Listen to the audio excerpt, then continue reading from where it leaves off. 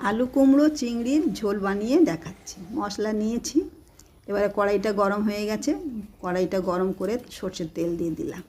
সর্ষের তেল দিয়ে একটা তেজপাতা আর দুটো শুকনো লঙ্কা, একটু গোটা জিরে ফোড়ন দিয়ে দিলাম। ফোড়ন দিয়ে ভাজা গন্ধ বের হওয়ার পরেই আমি দিয়ে দিচ্ছি আলুগুলো আগে লাল লাল করে ভাজা করে নিচ্ছি।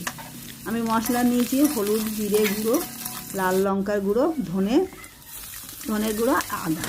ভাজাটা গন্ধটা বেরোনোর পরেই দিয়ে দিলাম আদাটা একটু ভাজা ভাজা করে নিলাম। ভাজা করে নেওয়ার পরে দিয়ে দিলাম কুমড়োর ঝোল করব, সেই কারণেই আলু কুমড়ো সবই ঝোলের মতো লম্বা লম্বা করে কেটে নিয়েছি।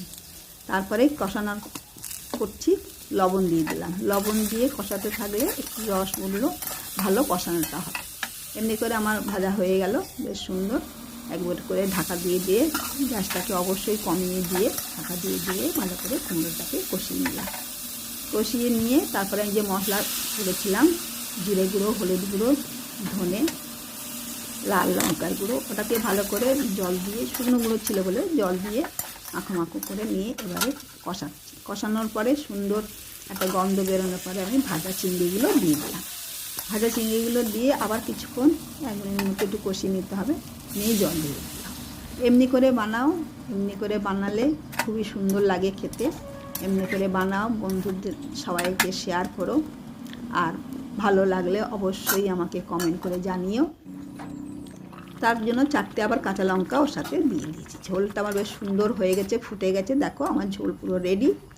লবণটাকে অবশ্যই টেস্ট করে দেখবে। লবণটাকে টেস্ট করে দেখে নিচ্ছি, আমার আর লবণ দিতে লাগবে না। এবার আমার পরিবেশন করার ব্যাপার। এবারে আমি ওতে দিয়ে দিলাম ভাজা জিরে গুঁড়ো, ছড়িয়ে দিলাম।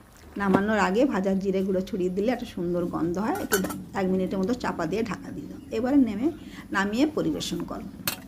গরম ভাতে, রুটিতেও খুবই সুন্দর হয়। তোমরা সাবস্ক্রাইব করে আমার পাশে থেকো।